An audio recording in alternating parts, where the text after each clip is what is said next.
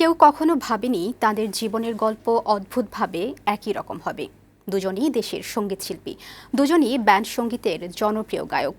বয়সের অল্প পার্থক্য হলেও সমসাময়িক সঙ্গীত তারকা। অল্প কয়েকদিনের পার্থক্য হলেও একই সপ্তাহে দুজনের আকস্মিক মৃত্যু। ঢাকা শহরের একই জায়গায় দুজনের জানাজা, তারপর একই গন্তব্যে অন্তিম যাত্রা, একই কবরস্থানে সমাহিত। তাদের একজন শাফিন আহমেদ, আরেকজন হাসান আবিদুর রেজা জুয়েল। তাদের জীবন ও অন্তিম যাত্রা নিয়ে তারেক শিকদারের প্রতিবেদন।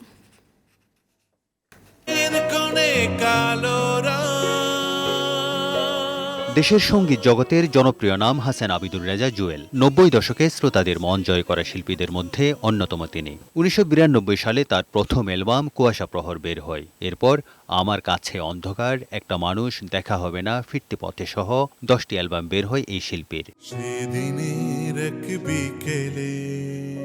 তবে এক বিকেলে অ্যালবামটির মাধ্যমেই তার পরিচিতি বাড়ে। প্রেম আর বিরহ নিয়ে গাওয়া এই অ্যালবামের গানগুলো লুফে নেয় ৯০ দশকের তরুণরা।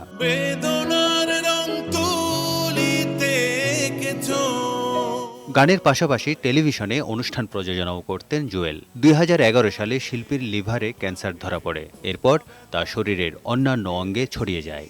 দেশ বিদেশে চিকিৎসা চলছিল জুয়েলের। গেল ২৩ জুলাই শ্বাসকষ্ট নিয়ে রাজধানীর একটি হাসপাতালে ভর্তি হন জুয়েল। শারীরিক অবস্থার অবনতি হলে তাকে লাইফ সাপোর্টে রাখা হয়, কিন্তু সব চেষ্টা ব্যর্থ করে মঙ্গলবার দুপুরে তিনি না ফেরার দেশে চলে গেলেন। জুয়েলের বয়স হয়েছিল ৫৬ বছর। তিনি স্ত্রী ও এক কন্যা সন্তান রেখে গেছেন। তার মৃত্যুতে শোকের ছায়া নেমে এসে সঙ্গীত ও বিনোদন অঙ্গনে। ওর গান শুনে আমি ওকে ভালোবেসেছি এবং ওর সাথে আমি গত ২৬ বছর কাটিয়েছি।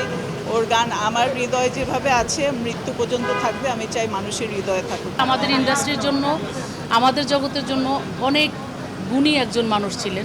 জুয়েল ভাই যেখানে থাকবেন আপনার পথ যাতে আমরা অনুসরণ করতে পারি। গান যারা শুনেছে তারা বুঝতে পারবে যে জুয়েল, হাসান আবিদুর জুয়েল কি কোন মাপের শিল্পী ছিলেন। বাদ আসর গুলশান আজাদ মসজিদে নামাজে জানাজা শেষে তাকে দাফন করা হয় বনানী কবরস্থানে। এদিকে গত ২৫ জুলাই আমেরিকার ভার্জিনিয়ায় হঠাৎ হৃদরোগে আক্রান্ত হয়ে মারা যান ব্যান্ড সঙ্গীতের কিংবদন্তি শিল্পী মাইলসের শাফিন আহমেদ। ৪ দিন পর সোমবার দেশে আনা হয় তার দেহ। মঙ্গলবার দুপুরে এই তারকা শিল্পীর নিথর দেহ যখন গুলশান আজাদ মসজিদে জানাজার জন্য আনা হয়, তখন অনেকেই কান্নায় ভেঙে পড়েন। শ্রদ্ধা, ভালোবাসা আর অশ্রুজলে সিক্ত হতে থাকেন কণ্ঠের জাদুতে মুগ্ধ করা শাফিন আহমেদ। বাদ জোহর গুলশান আজাদ মসজিদে তার নামাজে জানাজা অনুষ্ঠিত হয়। এতে তার দীর্ঘদিনের সহকর্মী, শিল্পী, স্বজন ও ভক্তরা অংশ নেন। তার দেবার অনেক কিছুই ছিল, কিন্তু আমরা তাকে হারিয়ে ফেললাম এবং তিনি চলে গেলেন অনেকটা নিভৃতেই। ভয়েসের যে রেঞ্জটা সেটা তো দ্বিতীয় আর কেউ নেই, অদ্বিতীয়। এবং মাইলসের সবচেয়ে বড় কথা ছিল তার কণ্ঠ।